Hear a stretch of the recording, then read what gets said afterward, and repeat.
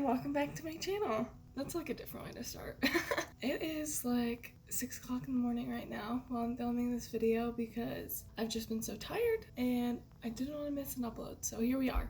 Today I do have a pretty fun video, at least for me, and it's how to journal for beginners, because I would still consider myself somewhat of a beginner to journaling, and I just thought I'd share a little bit about my journey, some tips and tricks to do while you're journaling, and how to start journaling. Just where do you even begin? So we'll start at the very beginning. Before we start the video, subscribe down below, give this video a like, and comment down below if you keep a journal currently or not. And let's get into the video.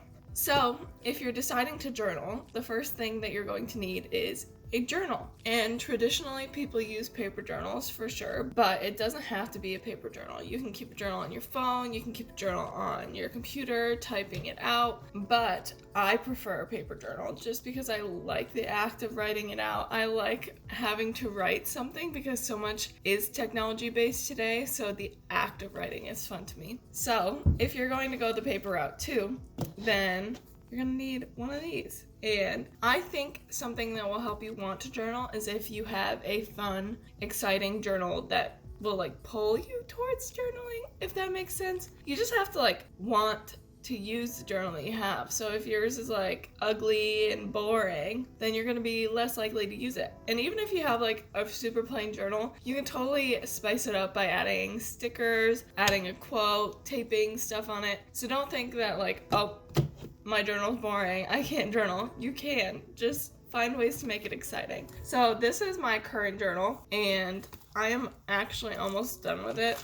This is how many pages I have left out of all of them. So almost done. And you can't really see it now because this is a super old journal, but it says make today happy, and it always made me happy to read that. So that's why I picked this journal. And for my next journal, it's the same type of spiral notebook, but it says follow your dreams on it in rose gold. But this will be the next one I'm moving on to. Personally, I kind of like the quotes on the front that just like remind me to be happy or to follow my dreams or to be confident or whatever message I need. I like to be on the front, but you can have literally any type. There's spiral notebooks, there's composition books. I know my boyfriend likes to use the leather bound ones, so find one that speaks to you and use it. And one of the things that I feel like people always want to know is how to start. And if you have a journal and a nice pen that you like, I have one from back when I was in Syracuse that I got for free, but also these Zebra or Z-Grip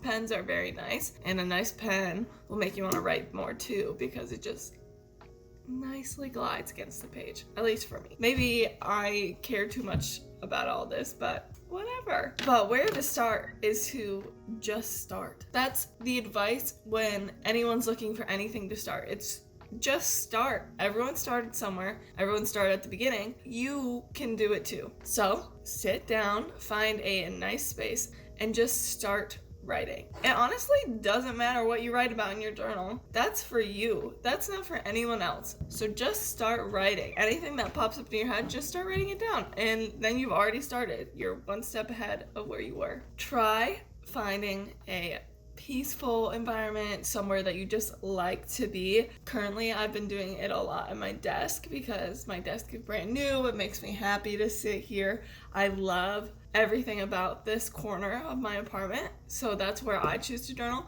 But you can choose to go outside. I've done that before and I loved it.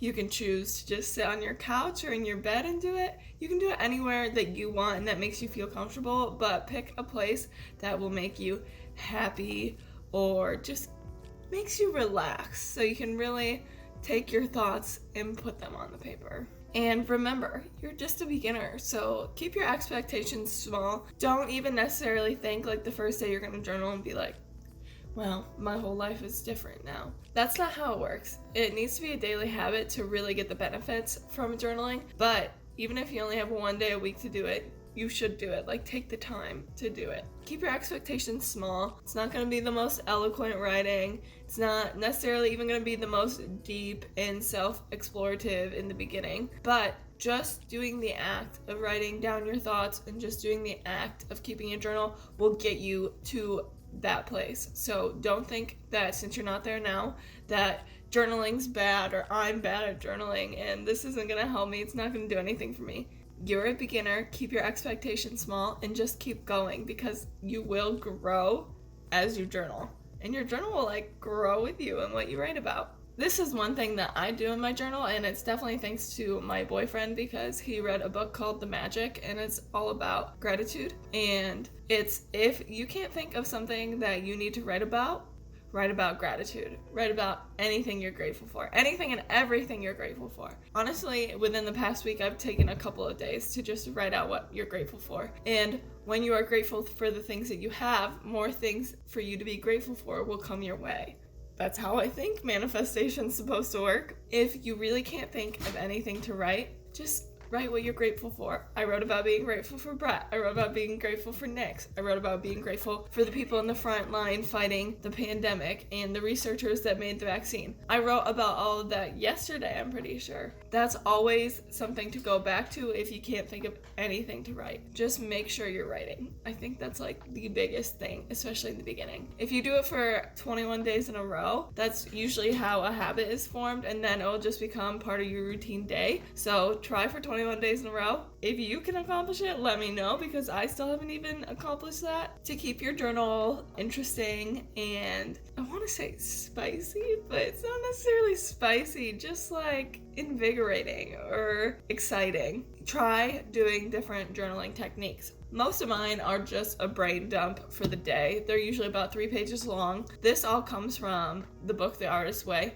Still haven't read it. Brett really wants me to. I need to get on that. But they talk about doing daily morning pages, and she says to write at least 3 pages a day, every day. And I definitely have missed days. It's just the reality of it. I have. At least when I do journal, it's at least 3 pages. And you can keep that pattern up too, or you can dictate how many pages you want, or not put a page number on it and just let it be decided on the day that you're having. That's totally fine. All of these different writing techniques and journaling techniques are up to you, because this is a personal journey for you to go on. It's not for anyone else or decided by anyone else. It's for you. And another thing that has helped me when I'm journaling is to not care about how neat my handwriting is, or if I make mistakes, I don't care about crossing them out. There was a time in my life where if my handwriting was off, I would go back, erase it, and rewrite it so it would look nicer. And that's just not how a journal should be. A journal should be super personal. So don't try to be perfect with it. Just let your hand move the way that it needs to move. It feels like moving. And don't force any precision onto your journal. It's just not necessary. And nobody else is going to be reading it. So what does it matter what it looks like? And another thing that I like to do is take my journal with me to a lot of places. And not necessarily a ton of places, but like it's always with me at home. It's always in my work bag in case I need to write anything down while I'm at work. It's around me for the majority of the day. Keeping it around will allow you to use it whenever inspiration sparks, whenever you feel like you need to use it. Just keeping it in your premises will allow you to write whenever you want. And like I was saying, a journal is only for you. So write as if only your eyes are going to see it. And to be honest, Brett and I have shared journal entries together. Just if we were trying to work through a problem or an issue, we will share with each other and talk it out, but write as if only your eyes are going to see it, because that's when you'll write and be the most authentic you and get the most accurate message of what you're trying to get across in your journal. So don't write like you think people are going to read it. Don't write like you think you're just going to share it with everyone. Write as if only you were going to see it. Like, if anyone else opened this book, like it would explode and nobody else would see it. Something like that. And just different ideas to write about or techniques to use while you're journaling. You can do free writing. You can write about productivity that you had yesterday or that you want today or that you want this coming week. You can write down goals that you have for the day, the month, the year, whatever. You can write down lists in there, lists of affirmations, list of things that you need to get done. But like I said, you can do gratitude journaling. You can do writing a letter to someone that you'll never send it to. It's not going to be like To All the Boys I've Loved Before where your little sister just sends it out to everyone. No, just write a letter to someone in there and you can get the emotions out, or at least a lot of the negative emotions out towards the issue before you talk to them, or if you even need to talk to them. I actually had Brett write an open letter to his dad, and I won't share a lot about it because that's pretty personal, but I told him that he should do that one day when he was journaling and thinking about his dad, and he did, and then he felt so much better after he did that. It's definitely a technique that has worked for people, and if you have a problem or a scenario with a certain person, you can write it out, like something you have to tell them that you're scared of, an argument you had, or even if you know that you have to apologize to them but you don't know the right words to say. All of that can be written down before the conversation has even been had. And the thing that is really important is when you slip up and you don't journal for a day, you don't journal for a couple days, you don't journal for a week. That was how my pattern was going, is that I wasn't journaling for a week at a time. Once you break that habit or miss a day or miss a few days, the most important thing is to start again. Pick it back up, start doing again for a couple of days in a row, and then you'll be right back where you were. Don't allow yourself to be like, oh, I've missed a week, and then just continue to miss more. Like, that's so many more days that you're missing that could have been helpful for you. And it's so cool to just have notebooks full of like your life story and things that you can look back on. This is so cool that I can open up a random page and start reading and seeing what my day looked like that day, or what I was thinking about, or what I was grateful for that day. All of that stuff is in here. It's pretty cool. I think that's just gonna be the end of my video. I can link down some journal ideas below, like different journals that you could buy, or nice pens. I really do like these zebra pens. It just glides across the page. And yeah, I hope you guys enjoyed. I hope you got something out of this. I really like talking about it because I am new to it and I'm just a beginner too, but it's definitely something that has helped me a lot through a lot of problems. And it's something that I tell my friends to do all the time. So I hope this inspired you to pick up journaling again, pick it up for the first time, whatever it may be, whatever journey you're on. Thank you so much for watching. I really hope you enjoyed. Give this video a like down below. Subscribe to my channel if you like me and my channel and just want to keep up with me. It really means a lot to me, everyone that subscribes to this channel, because it's just another journey that I'm on and you're on the journey with me. And it's just cool that I have people to be there with me too. And comment down below if you do journal, if you want to journal, if you never knew where to start. Just tell me your experience with journaling. I would really like to know. And I will see you guys in the next one, which should be on Sunday. Okay, bye.